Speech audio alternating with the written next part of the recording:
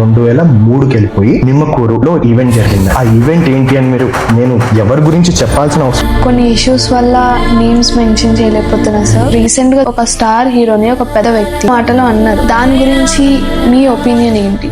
అంటే at the moment నేను నా సినిమా గురించి మాట్లాడాలనుకుంటున్నానండి. త్రికాళి గురించి మాత్రమే మాట్లాడాలనుకుంటున్నాను. డైవర్ట్ చేస్తున్నారా లేకపోతే మీ మూవీకి ఏదైనా ప్రాబ్లం అవుతుందని భయపడుతున్నారా?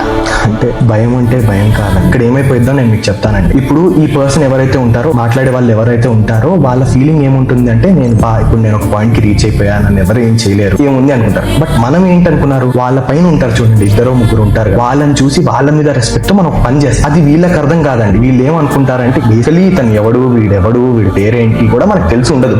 బట్ వాళ్ళ మీద రెస్పెక్ట్ తో ఆ పని మనం చేస్తామండి. ఎంత పొలిటికల్ లీడర్ అయినా కూడా ఒక మీటింగ్ పెట్టేటప్పుడు 100, 50, 500, 1000 రూపాయలు వస్తే జనాలు వస్తారండి. వచ్చి అక్కడ ఈయన మాట్లాడింది కానీ ఈయన చెప్పేది కూడా ఎవడు విండు పట్టించుకోడు. అసలు ఉంటారా వచ్చినాడు అని కూడా తెలియదు, వాడు వెళ్ళిపోతాడు. ఇక్కడ అలా కాదండి. సినిమాలు ప్రెజెంట్ చేస్తున్న యాక్టర్స్ లో కొంతమందిని మీరు ఏమవలేదు. 2003కి వెళ్ళిపోయి నిమ్మకూరులో ఈవెంట్ జరిగింది. ఆ ఈవెంట్ ఏంటి అని నేను ఎవరి గురించి చెప్పాల్సిన అవసరం కూడా లేదు. ఆ ఈవెంట్ ఏంటి, 2003లో తెలుగు మూవీస్ లో ఏమైందని చూడండి చాలు.